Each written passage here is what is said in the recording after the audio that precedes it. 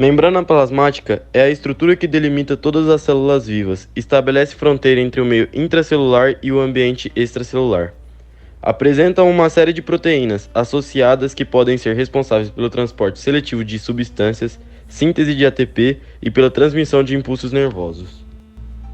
A membrana plasmática é chamada de hipoproteica, pois fosfolipídios, proteínas são seus principais componentes. Pode haver também moléculas de colesterol e glicídios.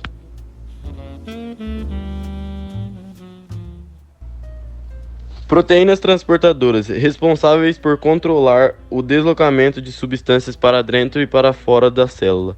Proteínas carreadoras, responsáveis por transportar a substância para o outro lado da membrana.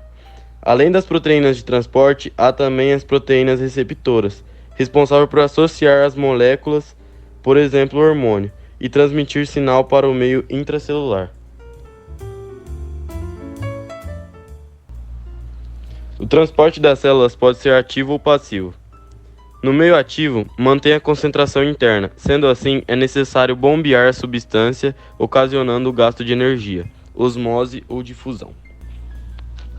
Já no meio passivo, não há gasto de energia, pois o deslocamento ocorre a favor, de forma a equilibrar a concentração do meio interno e externo. Já no meio passivo, não há gasto de energia, pois o deslocamento ocorre a favor, de forma a equilibrar a concentração do meio interno e externo. Difusão: deslocamento de substâncias de uma região mais concentrada para uma região menos concentrada, sem que haja participação de nenhum carregador. Exemplo simples é a difusão de moléculas de oxigênio e gás carbônico entre os alvéolos pulmonares e o sangue. Osmose é um tipo de difusão. Nela ocorre o deslocamento de uma substância a favor do gradiente de concentração, para tornar o meio homogêneo. A osmose apresenta a particularidade de substância deslocada a ser o próprio solvente, ou seja, a água. As moléculas de água se difundirão do meio menos concentrado ao mais concentrado, até entrar em equilíbrio. Esse processo é muito lento. Uma consequência da osmose é que o transporte de água pode causar a perda e a forma original da célula.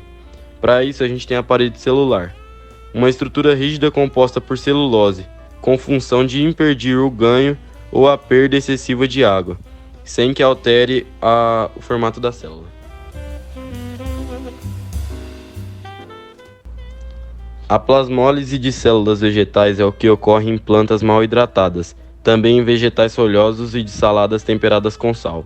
O tempero da salada funciona como uma solução hipertônica, que faz com que as células percam água para o meio externo e sofram plasmólise.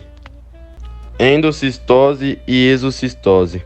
Quando a substância é englobada por uma dobra na membrana plasmática, formando uma bolsa membranosa, ou vesícula, é enviada para o meio intracelular. O mecanismo é chamado de endocitose.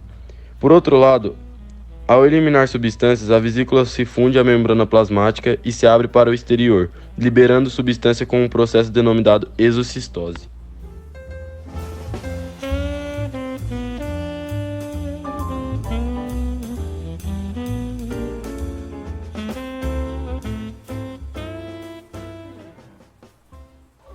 Bom, agora vamos mudar um pouco de assunto e vamos falar sobre microscópio. Na época, o microscópio ele foi feito como uma espécie de brinquedo, para ser usado para você poder enxergar, mas não usado como fim científico, porque os óculos estavam bem famosos naquela época, então era uma espécie de óculos/brinquedo que as pessoas tinham.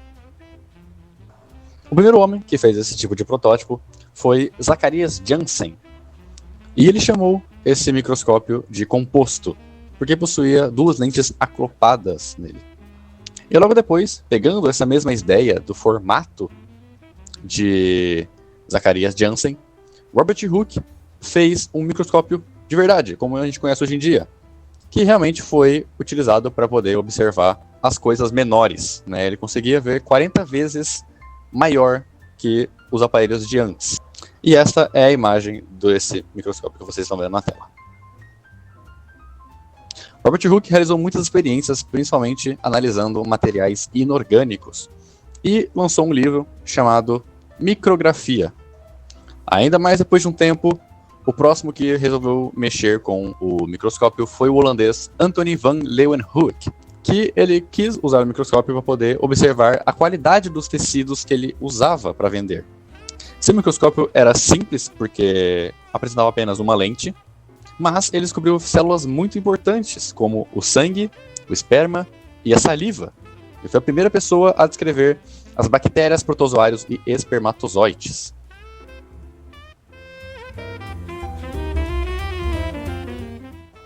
E agora, na teoria celular, os principais foram Matthias Jacob Schleiden e Theodor Schwann, que disseram que todos os seres vivos eram compostos de células.